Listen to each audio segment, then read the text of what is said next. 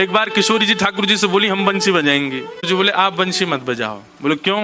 बोले बजेगी नहीं आप। किशोरी जी बोली अच्छा हमसे नहीं बजेगी। ललता विशाखा तुरंत आ गई, ये पहले आ जाए लड़वे लाल जी थे। काकई तुमने? बोले मैं यूं कह रहा हूँ कि हमारी श्यामाजू बंसी ना बजा पाएंगी। अच्छा हमारी लाडली जू जब चले ना तो उनके पामन की नूपुर उनकी ध्वनि पे राग रागनी वारे वारे जामे, और तुम यूं कह रहे हो हमारी लाडली जी बंसी ना बजा पाएंगी।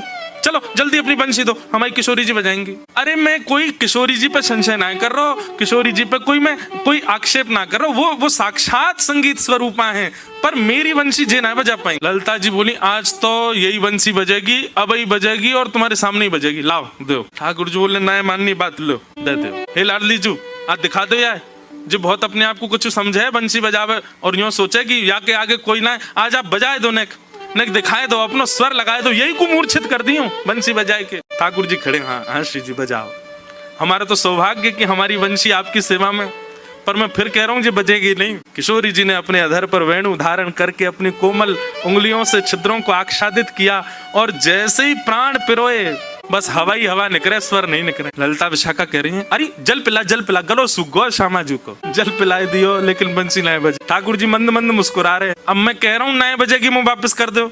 अरे श्यामाजू जी बहुत मायावी है, ये अपनी माया ते कछु कर सके, याने जरूर बंसी बांध दी होगी, याने बंसी को टोना टोटका करके बाकी स्वर सबरे अंतर ध्यान कर दिए, नहीं तो हमारी श्यामाजू कोई स्वर को कोई संगीत के वाद्य को स्पर्श कर दे, अरे स्पर्श मात्र से भजन लगे, ये बंसी क्यों ना बज रही है। ठाकुर जी बोले पहले वंशी वापस करो फिर बताऊंगा। किशोरी जी ने वंशी वापस करी। ठाकुर जी बोले अच्छा एक बात बताओ, आप वंशी को वादन करते समय मन में कौन को चिंतन कर रही? किशोरी जी बोली मैं तो कोई भी वाद्य बजाऊं आपको ही चिंतन करूं। बोले यही तो गलती कर रही हो, ये वंशी जो है ना हमारी अनन्य भक्त है। अनन्य को मतलब कहा होवे एक के अलावा दूसरे को ना भजे, और या वंशी में नित्य आपको ही चिंतन होवे, या वंशी में नित्य आपको स्मरण होवे, ये वंशी आपकी भक्ता है, और आप या वंशी से मेरी भक्ति करोगी तो ये वंशी कैसे बजेगी। हे श्यामाजू आप नेत्र बंद करके अपनो ही चिंतन करो, मतलब अपने ही स्वरूप को ध्यान करो, जब आप अपनो ध्यान करोगी तब ये वंशी बजेगी, क्योंकि या वंशी में तो नित्य आपको ही गायन की हो जाए। किशोरी जी ने अधर पर वंशी रख के जैसे स्वयं को स्मरण किया, अपने रूप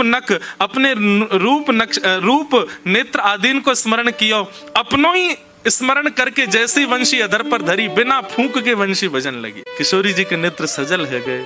आपकी या अनन्य प्रेम पे ही तो मेरा मन करे कि मैं वारी वारी जाऊं।